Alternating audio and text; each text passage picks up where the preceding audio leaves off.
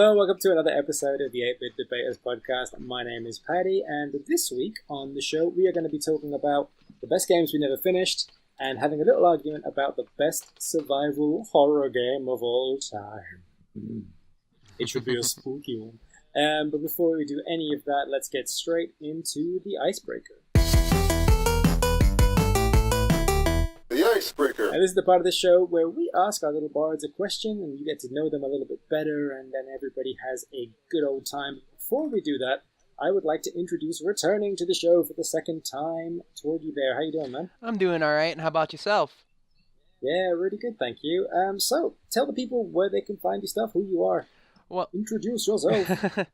Well, you basically make Let's Play videos and whatnot. I'm working on animations as well down the line. But they can find me on YouTube, on Facebook, and if you also search for my name in Discord, you'll also find me there as well.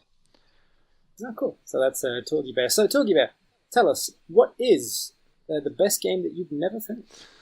Oh boy, if there's so many. I think I'd have to pick Jak and Dexter off the PlayStation 2. I've played that game so many times, but I could never. Don't believe I ever got to the end. I always just loved that, though, kind of like that Ratchet and Clank kind of style gameplay. I absolutely loved it, but never got around to getting to the end. Yeah, I remember that one. It was kind of a little bit tricky, I think, as well, wasn't it? I remember having a few issues with that. Well, like just finding it a bit difficult. Oh yeah, it's a good chat. Jordy, how you doing? I'm doing good, Paddy. Doing good, Jordy. Yeah. So, Jordy, what's the best game you never finished? The best game I never finished, I'd have to say, Witcher 3, which is a favorite.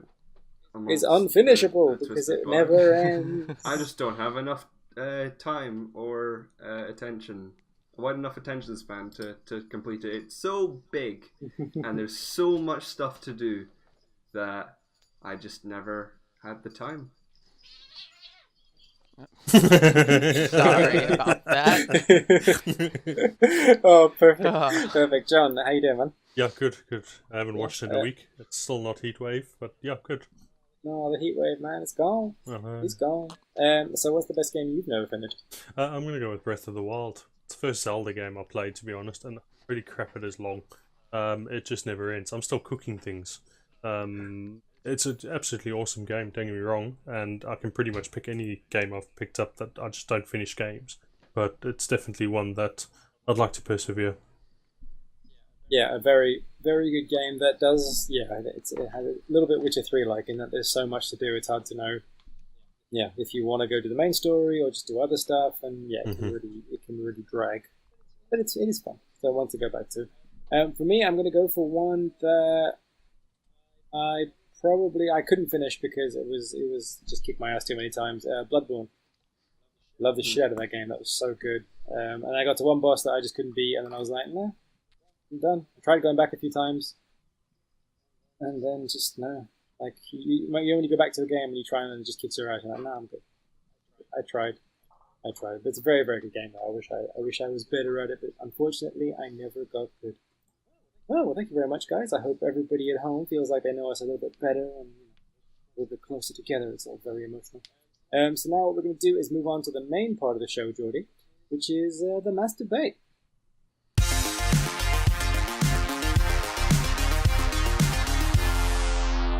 The mass debate.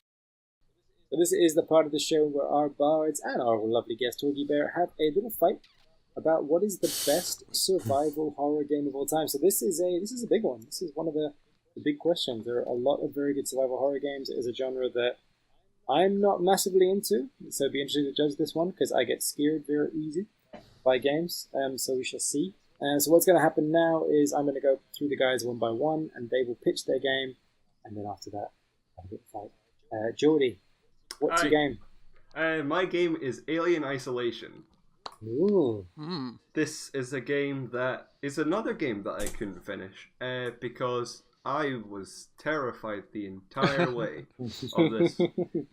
For the first, I think I made it an hour into the game, and it's just terrifying because it's from the Alien franchise, which is a horror, and that's already scary. But now you are trying to survive a xenomorph that can adapt to your hiding tactics.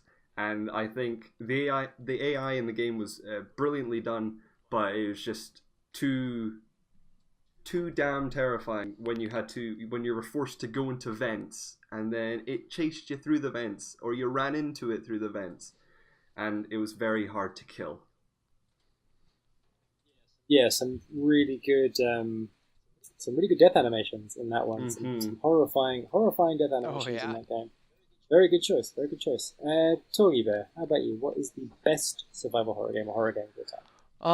Personally, I'd have to go with the game that I started my channel out with, which was the Resident Evil HD remaster.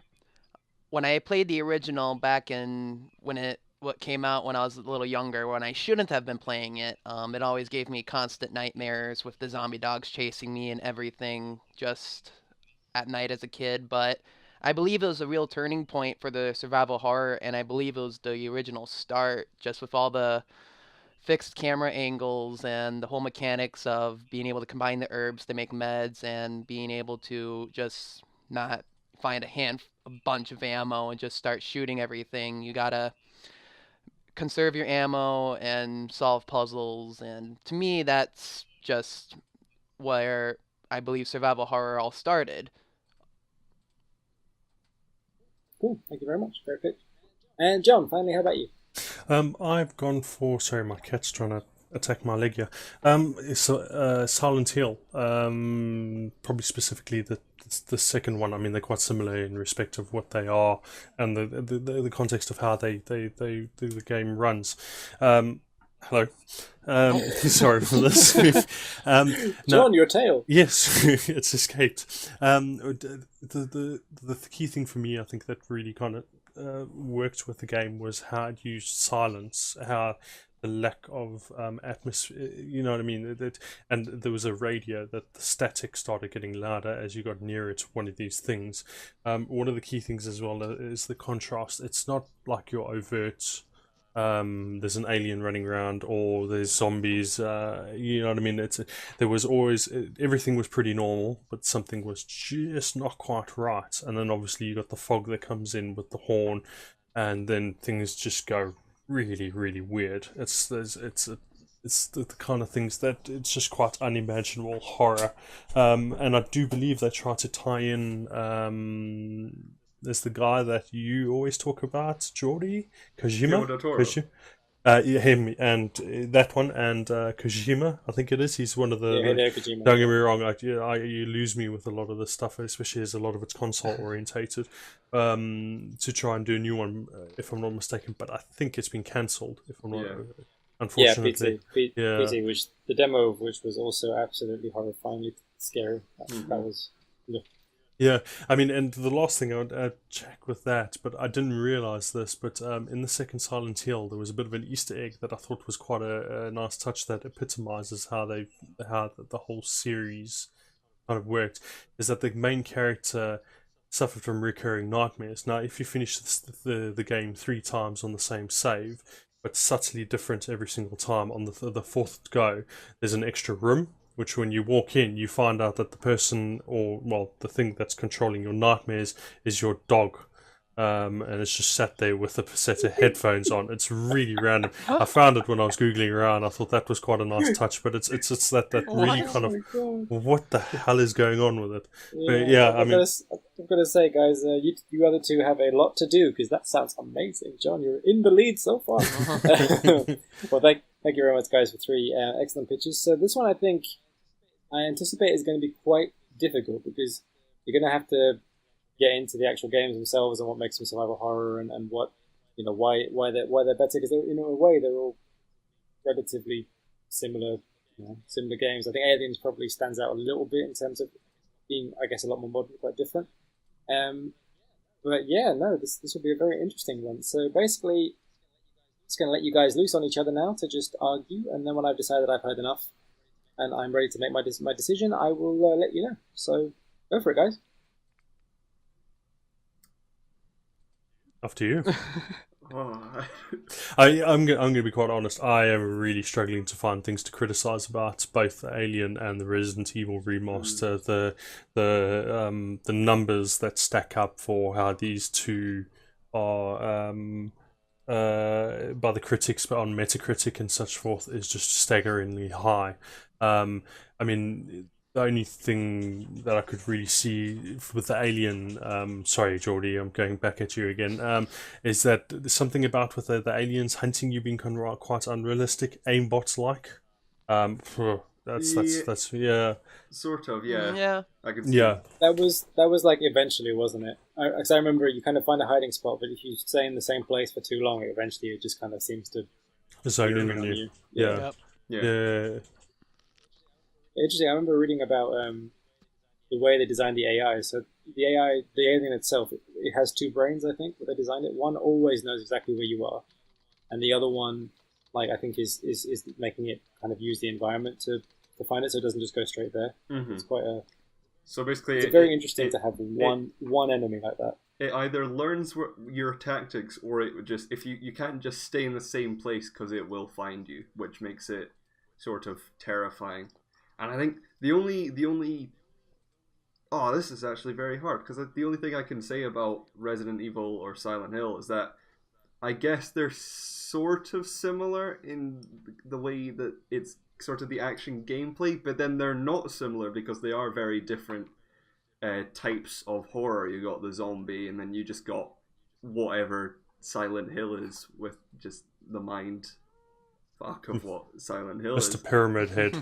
Yeah, it's very diverse games. But just with Aliens, I think the only draw of it is that it's a very familiar franchise. If you've seen the films, then you will like the games because it is very much, it captures what makes especially the first film, the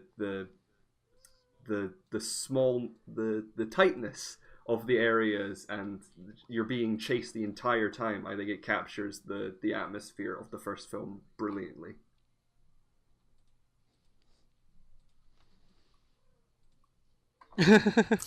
Sorry, I don't know if Torgy wanted to jump in there. Yeah, Torgy, go like for I it. was thinking about Silent Hill 2 a little bit, and it's that there was really good scenes in that game, especially when you see Pyramid Head for the very first time. That really got me. That's another game I didn't finish with Silent Hill 2, but still I really liked that.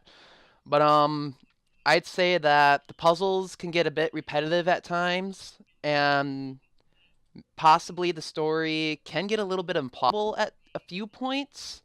But I love the way the art was, and I love the way that the creature that got me the most is really the first one with no arms, and it kind of like blood kind of going down, Yeah. kind of like all no, I don't know what they're called, but Yeah, I don't even know if they actually have a name. Yeah. That was just that messed but up. Alien Isolation too. I want to say that I love the fact that, well, it kind of, I'd say it's kind of like a side story in the whole canon, kind of, because you're playing as Ripley's daughter.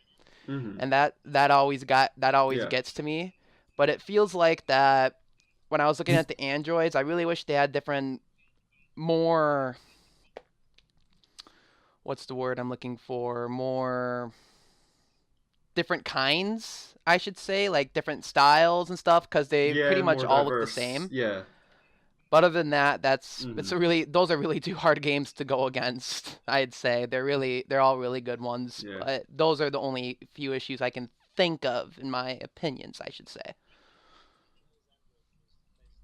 Those androids, they just lack personality, didn't they? Yeah. They were all quite. They were also terrifying though. They were really terrifying. Mm. Who has played? Torgy, you sound like you played all three. Of the other two, have you guys played all three of these games? No. I played the original Resident Evil and Silent Hill. I played 1 and 2 in 1924, if I remember correctly. This is fucking years ago. But no, I've never played the Alien one. Okay. And which one came first? Of Resident Evil HD remake, or not obviously the remake, but the original Resident Evil and the and Silent Hills franchises. Resident Evil, I think. Yeah. Yeah. I think it was Quite a bit as well. If I remember correctly, I played Resident Evil late 90s, I think, on the original PlayStation.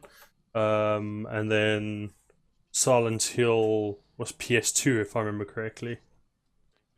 This is like fucking going through the cobwebs at the moment. Yeah. No. Okay. Well, let's obviously. I know you guys are struggling, so let's take it from a slightly different perspective. So when I think of survival horror, I think kind of limited ammo, kind of not knowing where you are, what's happening, really feeling like against the world, and obviously things are terrifying. So Torgie, for you, what if you say it was the first one? What about that game was really like defined survival horror for you? The parts that really got me with Resident Evil with survival horror, in my opinion, is when you there's one scene in particular is where you go down a hallway, and while you're going down that hallway, after you move a drawer and you keep running, you hear the glass crack the window on the wall. You might know what I'm talking about. Where you go through and it brings you into that room, the first safe room, where it goes with the stairs and the rooms in the corner and everything. But then, when you go back the same way, all of a sudden it's like a dog just jumps through the window and it's just chasing you down that hallway, and it's like you can't really sit there and fight, and it's pretty much, for example, you're sitting there with 3 shots in your shotgun and then like only like 9 rounds of handgun ammo with only 1 herb, and it's like, do I stay or do I run? Can I take this on and continue, or do I have to backtrack? And it makes you think, like, puts you in that situation where, like, what's the best way to survive? Do I go against them or do I run away? Interesting. Okay, and John, how about the Silent Hill or Silent Hill 2?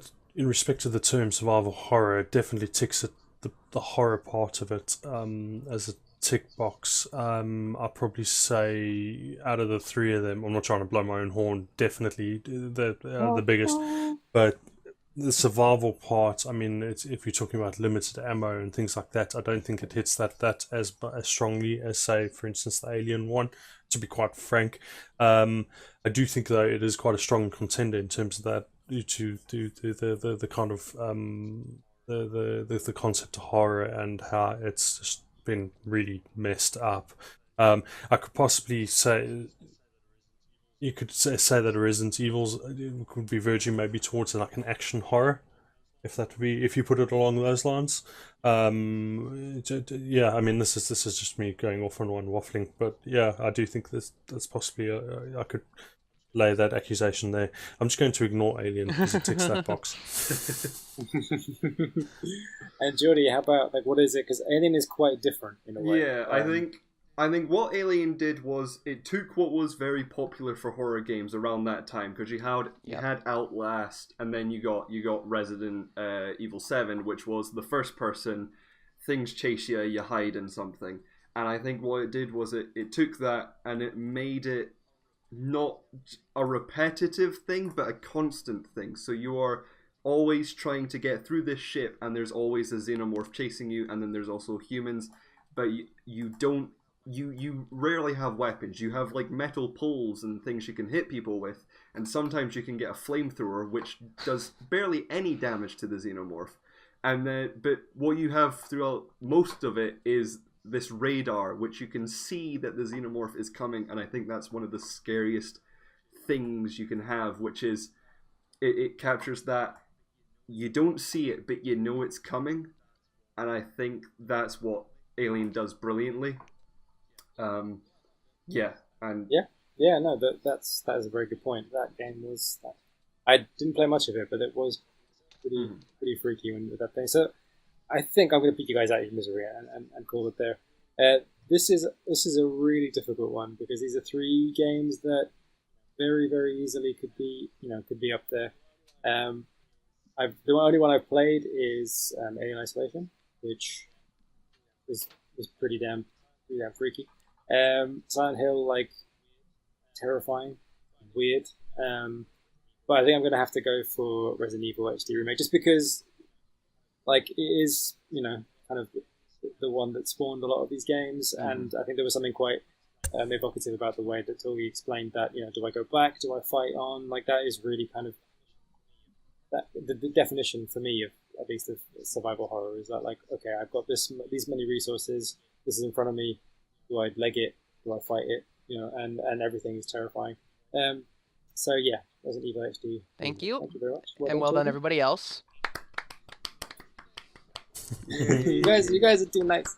You're too nice. Well, thank you very much, guys. That was tough. So well done for that one. Right, so I'm going to call this one there. That's the end of another episode of the 8-Bit Debaters podcast. If you didn't know, we are Twisted by Gaming, and you can find us at youtube.com/twistedbygaming. We have a whole bunch more of these where we answer, the big questions in gaming, the big debates. And we also have Let's Plays that we do on Thursdays and Saturdays, and a whole bunch of other stuff that you can find there. Torgie, remind the people where they can find you. All right. Well, mainly just Let's Plays, live streams, and some charity work here and there. But you guys can just find me here on YouTube, Facebook, or if you follow Twitter and Instagram, you can also find me there as well. And also, if you want to hang out and just chat, just Discord as well. Those are mainly where you guys can find me. Yeah, we'll put links to your stuff in the description box. You can find that there. Well, thank you very much, guys, and thank you very much for watching or listening, and we will see you again very, very soon. Bye. Bye.